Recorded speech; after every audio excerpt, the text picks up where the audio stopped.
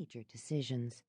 They try not to quit their jobs, or smack their children, or run off to North Carolina with the serviceman who just fixed their VCR.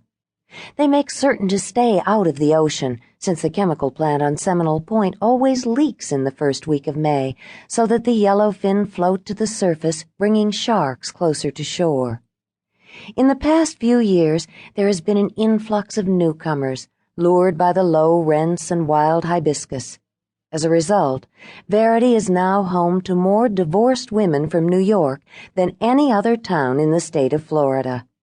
None of these women had any idea of the sort of mess the month of May in Verity could make of their lives, any more than they knew what daily exposure to chlorine could do to their hair. There were now dozens of green-headed women all over town, all addicted to Diet Dr. Pepper, and each and every one of them was shocked to discover that in Verity mosquitoes grew to the size of bumblebees, and that the sea grape, which grew wild along the beach, could pull their children right into the thicket if they didn't keep to the wooden paths. After midnight, when the heat was almost bearable, and anole lizards ran fearlessly across quarry tile floors, these women never wept, but did their laundry instead. While the bleach was added to the whitewash and the laundry softener doled out, it became clear that although some of the children these women had transplanted were doing well, most were not. There were toddlers who called out for their fathers in the middle of the night, and boys who dreamed so deeply of the houses where they grew up, they'd wake damp with sweat, smelling of cut grass. There were sullen teenage girls running up astronomical phone bills, and babies so accustomed to ranch houses they got hysterical at the sight of an elevator. At 27 Longboat Street, just off West Main, in a pink stucco condominium facing the flat blue bay, there lived a 12-year-old boy, a mean little Scorpio named Keith Rosen, who would have liked nothing better than to knock someone's block off. He was so mean he could cut his own finger with a serrated steak knife and not flinch. He could drop a brick on his bare foot and not cry out loud. Last week, when his only friend, Laddie Stern, dared him to pierce his ear with an embroidery needle, Keith didn't even bleed.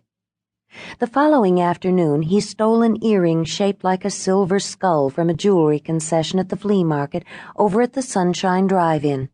He has never been a particularly good boy, but after 8 months in Florida, he is horrid. Already he has been suspended from school 3 times. He is willing to steal almost anything, lunch money, teachers' wallets, birthstone rings, right off his classmates' fingers.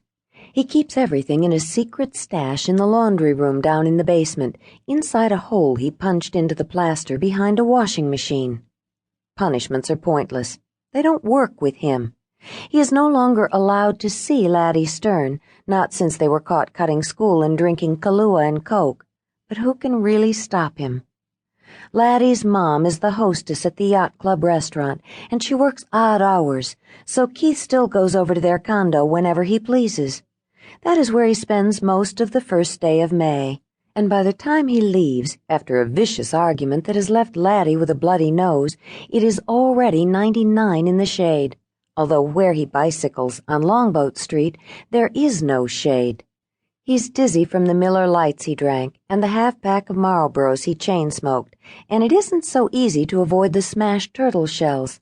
Hard green globes the size of scooter pies line the asphalt and clog up the sewer traps.